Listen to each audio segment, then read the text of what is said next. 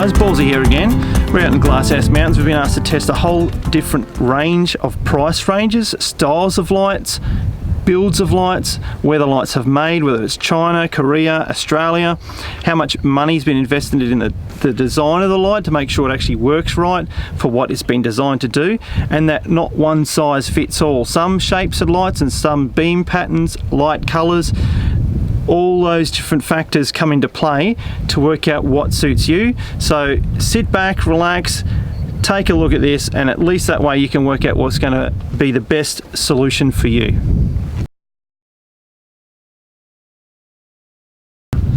So one thing you need to take into account is the color that the light puts out.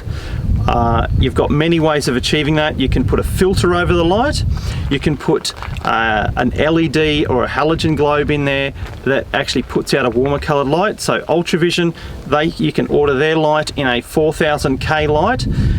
If you want to, on their or other brands of lights, you can put a colored filter over it to achieve that also.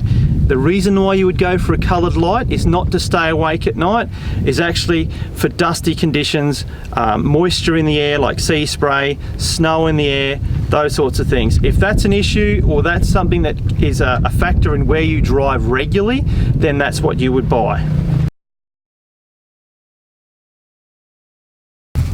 With range or distance that the light goes on a spotlight or a light bar like we've got on the top here, it's not about the shape of light anymore. In the last 6 months it used to be a light bar could only produce a wide spread beam that didn't go down range, and a spotlight tended to just go a long way down range with no spread.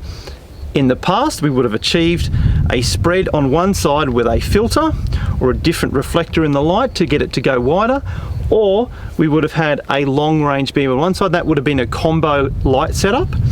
In this day and age, with LEDs that have come in, you can still buy those options, but you can also have spotlights that spread a bit more and still have range, and you can also get light bars that spread but still have range. So it's not about the shape of light anymore. If you prefer a round set of lights on your car or a light bar on your car, there's going to be one of these brands that can produce something that will suit your needs and wants. You don't really need a light that goes further than the 500 meter mark. If you're close to the coast in Australia, if you're like on the east coast where it's a lot more built up, you've got a lot more trees closer to you, and you don't have roads where you're needing to see a long way down the road, you're needing more even light. So you don't really need to go for a big 9-inch that goes all the way down range. Realistically, you could have a small set of lights and it'd achieve everything that you want and the style that you want on the car. Traditionally, we would have bought a light bar or a spotlight with a spread filter on it just to get some width in their beam pattern down the road. That isn't needed as much anymore. You can also achieve that just by the reflector pattern in the light, and with some lights now, they can achieve a really wide spread as well as a long range down the road, down the dirt track or whatever you're on. Make sure that when you use or pick your light, it has the right spread for where you want to drive, and make sure it doesn't have too many hot spots and things like that. Hot spots and even spread are very important factors to think of when you buy a light. Sometimes a manufacturer has tried to build to a budget and design for one purpose only, and it won't suit another purpose at all. One scenario, you buy a cheaper light bar or spotlight and it only provides one service and doesn't provide light in any other way.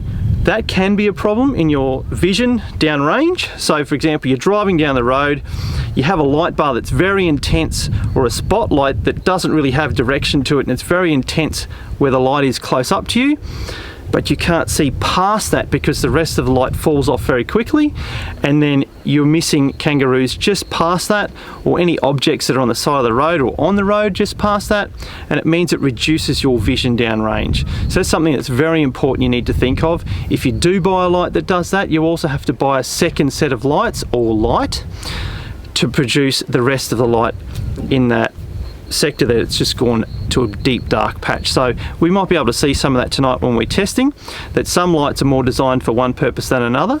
So you might think you're saving money by just buying that light, but you might also have to buy a second set of lights to counteract where it's lacking. So as long as you think of that and you factor that in, that's fine. The shape of the light is very important to get right. If the back of the light, like here, shapes in earlier and allows for a bar to come across, that means your light isn't the first thing that a kangaroo hits, and it also means your light will probably pass an ADR test where it's not the thing that is furthest on your vehicle. It's actually a bar that hits the kangaroo or whatever the object is first. If you follow me over here, these lights here, they have a short section, so it would suit also.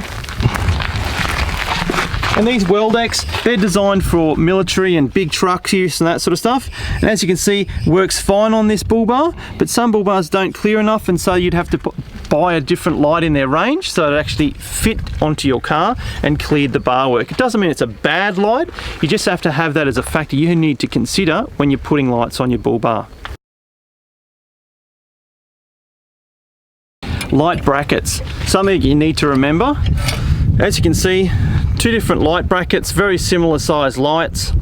The one in my right hand here, it's a cheaper light. They've tried to strengthen the bracket by putting a lot more around the back and keeping the bracket light by perforating it. The only challenge is it's not really a thick enough material, so it will crack on a really long corrugated road. The light might be designed itself to handle the vibration, and the manufacturer may have tested it like that, but the bracketry may not. Also, you need to remember that if your light is a heavier LED light bar or a heavier LED 9-inch light especially, the weight of the light, so the one in my hand on my right, yes, the bracket's lighter weight, but also the light is a lot lighter weight. It's less material in it. It doesn't feel as though it's built as much, built as well. It doesn't have as many drivers behind the LEDs, which is another factor about lights. And so it doesn't have to really carry as much weight. But you do have to factor in that one bolt is not going to be enough on a big heavy 9-inch light or a big light bar. You need to put multiple bolts into your bull bar, which means drilling extra holes, and that's a factor that you need to remember.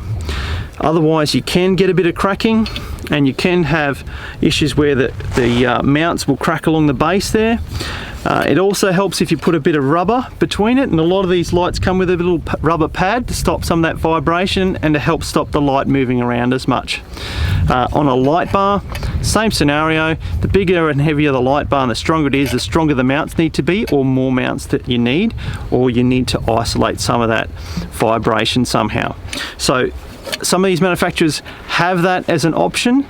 Some of them come standard with it, and I know Ultra-vison, some of their cheaper lights, even their Raptor series, that's like a budget value for money light, still achieves very similar results, but they've still got these options in here and a big strong welded bracket. The Weldex ones have the same thing, the Road Vision lights have the same thing, have a full arsenal of options there so that you've got a light that works for you. Light bars have come a long way from the beginning. The modern version of a light bar is able to achieve everything that a spotlight can, or a big 9-inch can. It just depends on what you're doing, where you're going, and the size of the light bar. Ultra-vision's new wider range goes all the way down range, can reach out to the kilometre mark if you go for a little bit wider light, and has a really wide beam and spread, just like if you're running two big wider versions of their 9-inch. And their cheaper Raptor range, even the little 20-inch like this, the Road Vision in the little 20-inch, achieve as much as some of the cheaper brands' big 9-inch pairs. And so if you remember that the light itself, you go through and look at what it's designed to do, pick a light that suits you, because some of these light bars now achieve both scenarios, and means it removes some of the hot spots from the pattern and the beam, and that's something that will really help you see down range further.